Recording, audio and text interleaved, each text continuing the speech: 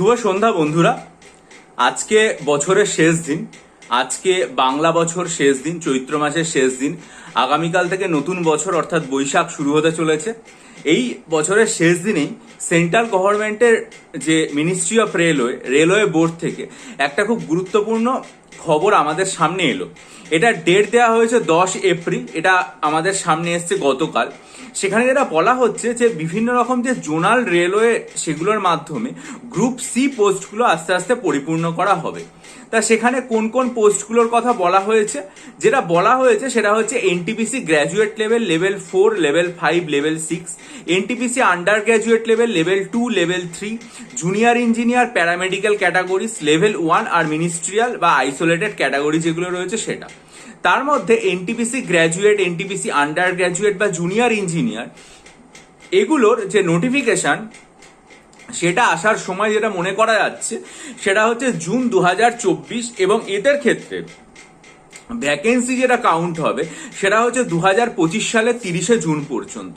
তাহলে আবার বলছি, NTPC graduate, under graduate, junior engineer এগুলোর ক্ষেত্রে যে ভ্যাকেন্সির কথা বলা হয়েছে সেটা কাউন্ট হবে 2025 সালের 30শে জুন পর্যন্ত। এদের যে নতুন যে ফর্ম বেরোনো বা পরীক্ষার যে নোটিফিকেশন সেটা আসার সম্ভাবনা জুন 2024।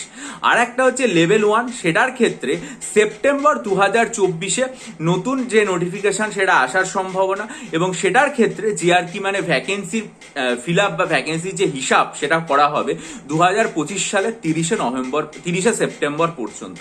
2025 সালের 30শে সেপ্টেম্বর, অর্থাৎ আমরা আশা করছি যে ভোট সমাপ্ত হয়ে যাবে জুন মাসে।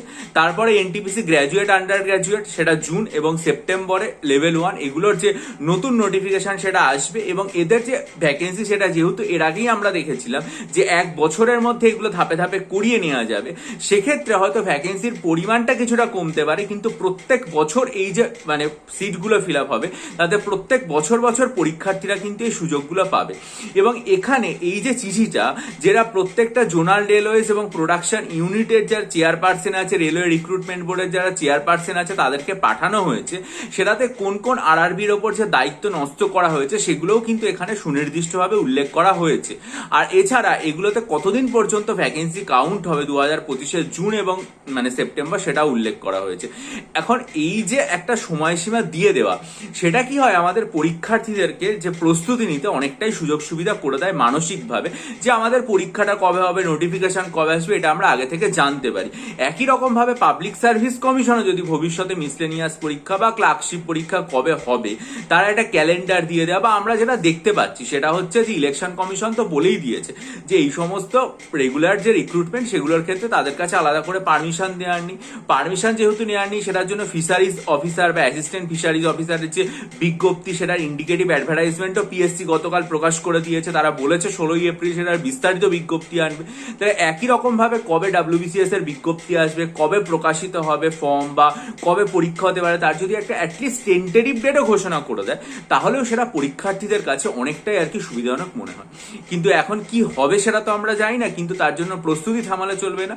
মিসলেনিয়াস এবং ক্লার্কশিপ পরীক্ষা হবে আমরা জানি, এবং সেটার জন্য ভালো প্রস্তুতির জন্য তোমরা যদি মনে করো মক টেস্ট নেবে, তাহলে মিসলেনিয়াসের জন্য 17টা এবং ক্লার্কশিপের জন্য 10টা মক টেস্ট আমি এখনো তৈরি করেছি। সেই সংক্রান্ত ভিডিও আমি আমার চ্যানেলে 26শে মার্চ আপলোডও করেছিলাম, ভিডিও লিঙ্ক ডেসক্রিপশন বক্সে দিলাম। বহু পরীক্ষার্থী যোগাযোগ করে মক টেস্ট নিয়েছেন। আপনারাও যদি আগ্রহী হন তাহলে ভিডিওটা ডেসক্রিপশন বক্সে দেখে আমার সাথে ইমেলের মাধ্যমে যোগাযোগ করেন। ভালো থাকবেন, বিজয়ী হবেন, সফল হবেন।